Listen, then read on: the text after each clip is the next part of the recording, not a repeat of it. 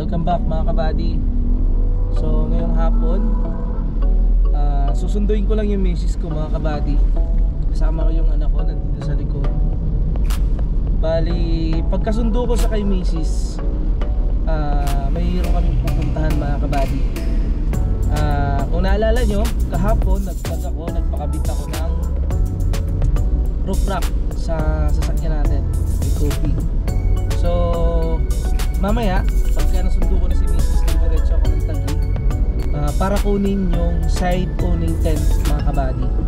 So yung tent na yon is galing sa isang vlogger na legit talagang vlogger sila mga kabady. Actually followers ako nun, subscriber ako.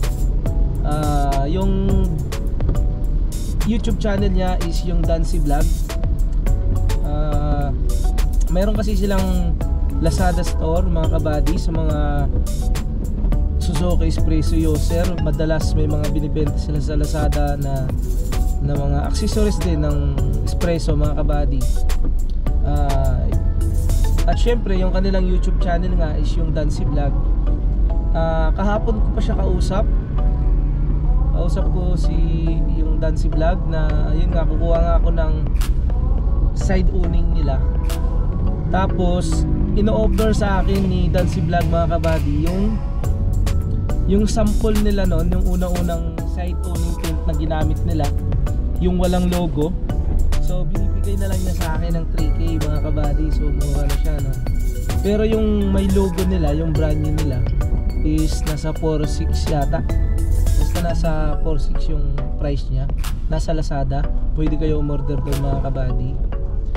Pero ang usapan namin, magdadala siya ng with logo at saka yung pinaglumaan niya na once lang daw niya nagamit, yung walang logo.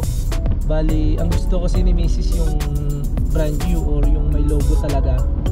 So titingnan ko mamaya kung ano yung mas magugustuhan ni Mrs. So exciting din ito mga kabady, kasi first time ko mamimit yung pinapalo kong vlogger. Actually, bago ako kumuha ng unit, yung Suzuki Espresso, isa si Dancy Vlog sa nag-inspire sa akin para kumuha rin ako ng gantong unit mga kabady. Shout out sa inyo Dancy Vlog. Alam nyo, kayo yung isa sa mga inspirasyon bakit ako kumuha ng ganitong sasakyan. Alright mga kabady, so nasundo ko na si Mrs. na sa ngayon nandito na ako sa C5. 5.6 kilometers na lang marating ko na yung meeting place namin ng Dancy Vlog. Medyo traffic lang talaga dito mga kabady.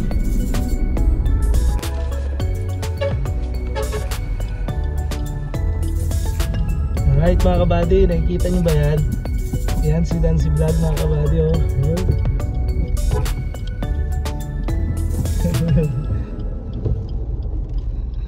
Alright, tamit ko rin tong idol ko. Ay, lalagay ko sa video. Salamat po.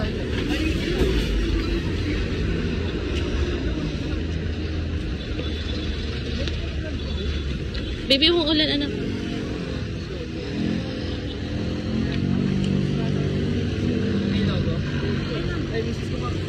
Hello po, sir.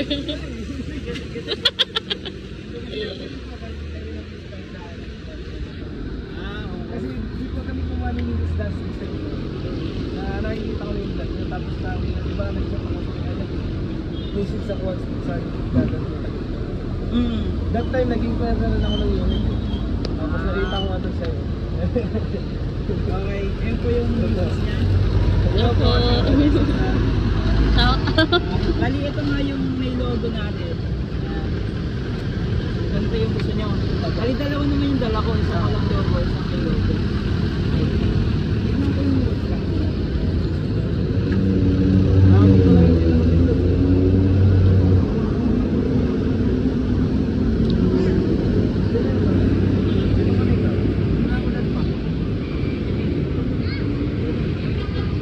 Safe pala tayo ng roof rack.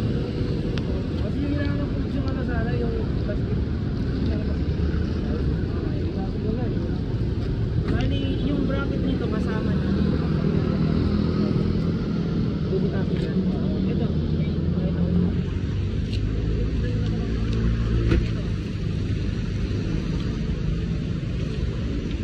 Dito sa labas. Ay, dito sa labas. Bali, inipit ko para masip. Kasi kailangan kailangan dito. Nakagawa na ako ng vlog, hindi ko pa natatapos kasi yung editing niya. 7 kilos lang naman ko kaya.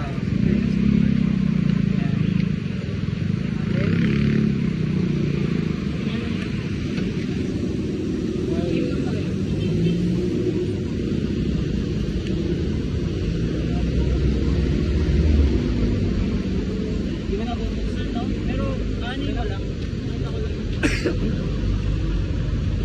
Nasa loob ko kami.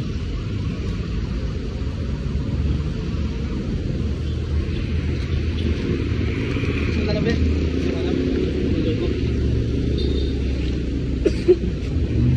Medyo wala kayong pasok ngayon, Lods. Meron. Meron. Naligaw pa nga ako, napunta ko sa Makati kasi galing ako sa Rosario, sa Echinitas. Ngayon, kailangan natin lagay ito sa roof rack mo. Itong butas naman ako din Lods. Mayroon bang green?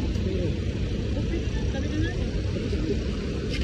Gusto ko kasi makita sa vlog ko na Naulan, babe.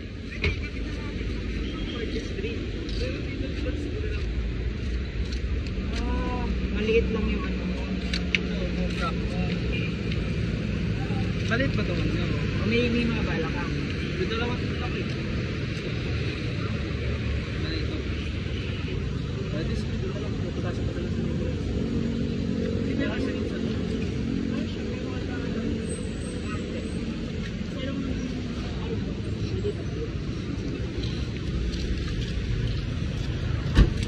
Si misis ko, sa bahay. Meron din ginagawa kaya hindi mo kasama. Alam mo ano, pareho na sa amin sa... Bilang wala. Hindi kasi lumipat kami ng trabaho. Malayo. Dito lang, sa harap ko na lang kayo si Jessica. Ha?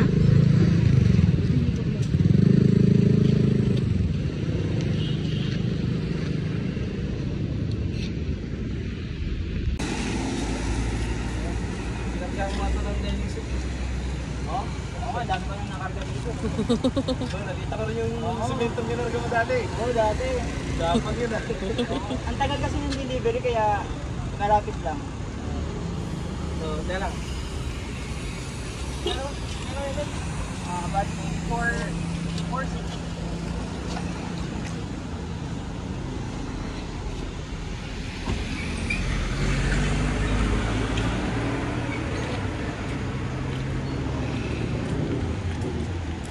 Nagkabit ka rin pala nito.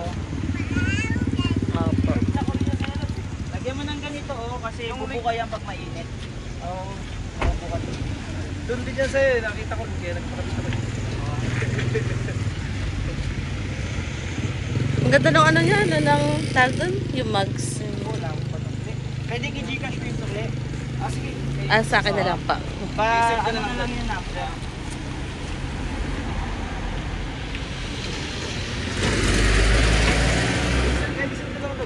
Sige. Send ko na lang sana. Send ko na lang. Picturean mo muna kami, Be. Sukli.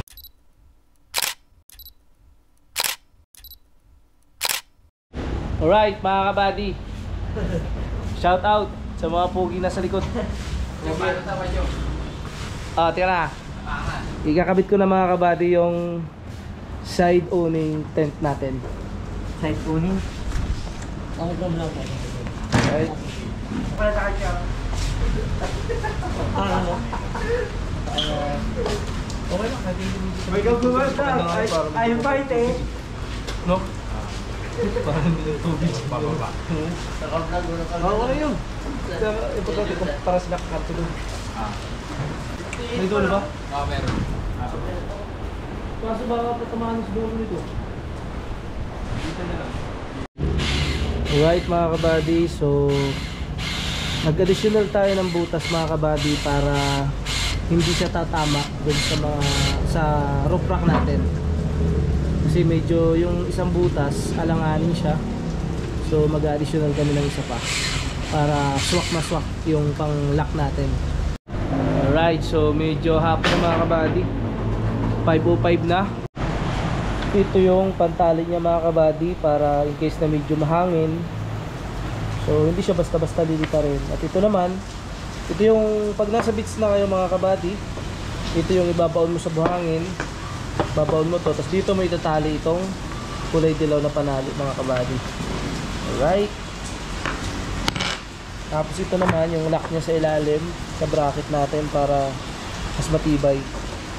Pinaputulan ko lang yung bracket natin mga kabady para mas lumapat siya sa ano natin. Lampas kasi siya mga kabady, tumatama siya dito sa may ano, sa may pinakailalim na ito.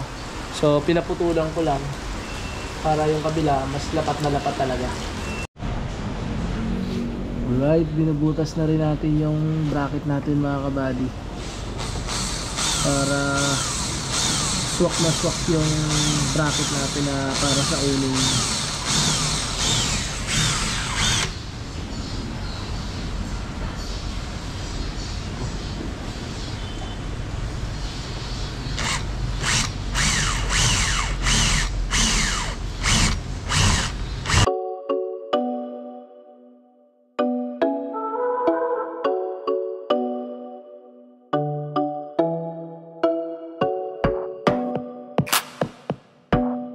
So shoutout nga pala sa pinagbilhan ko ng side owning natin, at syempre walang iba kundi ang Dancy Vlog mga kabady. So previously nakita nyo, pinakita ko sa vlog ko na na-meet ko na yung Dancy Vlog, at syempre naikabit na rin yung kanyang side owning mga kabady.